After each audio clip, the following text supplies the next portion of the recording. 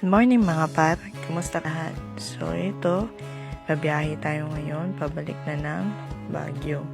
So ayun nga, as you can see, naghahamog, ibig sabihin sobrang lamig.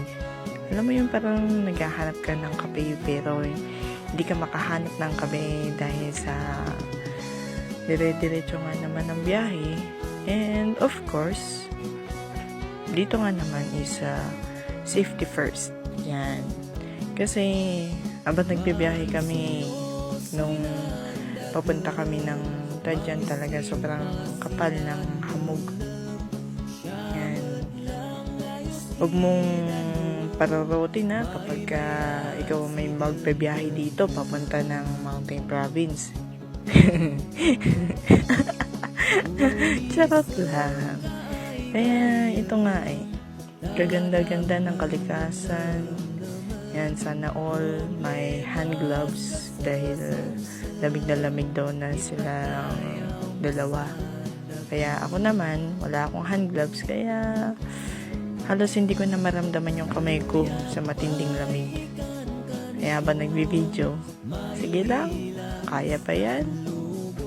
Ni-enjoy muna natin ang pagbibiyahe habang si Sir Kelly ay talaga pinaparorot ang biyahe dahil halos hindi na rin kami makatulog ng aking partner. Yan. Enjoy muna natin ang view.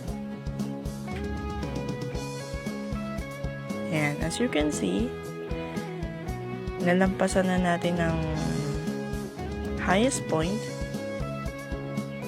Pero first highest point pa lang yun mga par. Kaya as you can see, maganda ang sikat ng araw. Yan ay pagsapit ng alas 7 ng umaga. Yan. Di mo lamig yarn. Got you.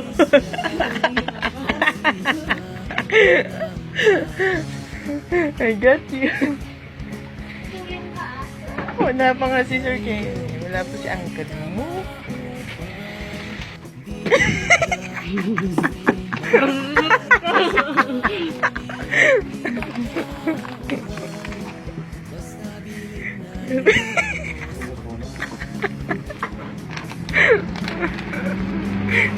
So, yun nga guys. Ride na ulit kami. Kakatapos lang namin na magkape at mag-almusal. Yan. Pas mga ano na to, 8:30. Yan.